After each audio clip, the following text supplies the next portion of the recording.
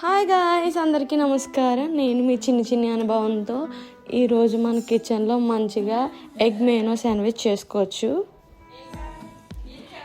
మనం ముందుగా eggs boil చేసుకున్నాను. నేను ఒక 5 ఎగ్స్ తీసుకున్నాను. ఎగ్ బాయిల్ చేసుకున్నవి కొంచెం ఎల్లోని సపరేట్ చేసుకోవాలి. ఎల్లోని సపరేట్ చేసుకొని ఎగ్స్ మనం చిన్న పీసెస్ కింద కట్ చేసుకొని పక్కన పెట్టుకోవాలి. ఎల్లో ఉంది కదా, ఎల్లో ఒక స్పూన్తో కొంచెం మంచిగా స్మాష్ చేసుకోవాలి. చూస్తున్న విధంగా స్మాష్ చేసుకోవాలి.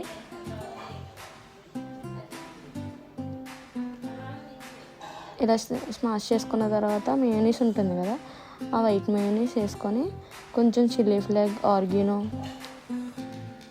వేసుకోవాలి. కొంచెం సాల్ట్, కొంచెం పెప్పర్ వేసుకొని ఇలా మిక్సింగ్ చేసుకోవాలి. మొత్తం కలిసిపోవాలన్నమాట. మీకు క్వాంటిటీ ఎంత ఎక్కువైతే అంత వేసుకుంటుంది. తర్వాత మన ఎగ్ని కూడా దీంట్లో వేసుకొని మొత్తం పేస్ట్ చేయకుండా స్లోగా మిక్సింగ్ చేసుకోవాలి. చూసారు కదా, ఈ క్యూబ్స్ కింద కట్ చేసుకున్న ఎగ్స్ని తీసుకొని కొంచెంగా మనం మిక్సింగ్ చేసుకోవాలి. ఎక్కువ మిక్సింగ్ చేస్తే ఈ వైట్ ఎగ్ కూడా ముక్కలు అయిపోతుంది. గార్లిక్ బ్రెడ్ తీసుకున్నాను నేను. గార్లిక్ బ్రెడ్ చాలా బాగుంటుంది టేస్ట్. సో ఇలా కట్ చేసుకోవాలి.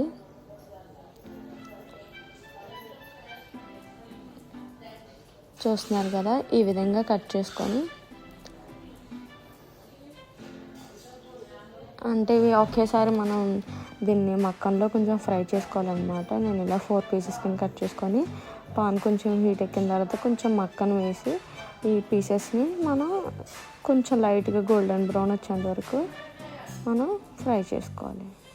చూస్తున్న విధంగా అటు ఇటు కొంచెం మక్కన పెట్టుకునేలాగా మంచిగా ఇలా రోస్ట్ చేసుకోవాలి. చేసుకున్న తర్వాత కొంచెం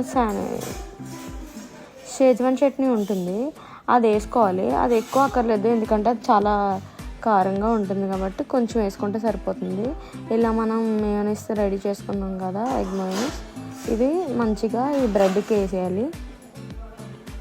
చూస్తున్నారు కదా, దీన్ని మొత్తం అప్లై చేసేయాలన్నమాట.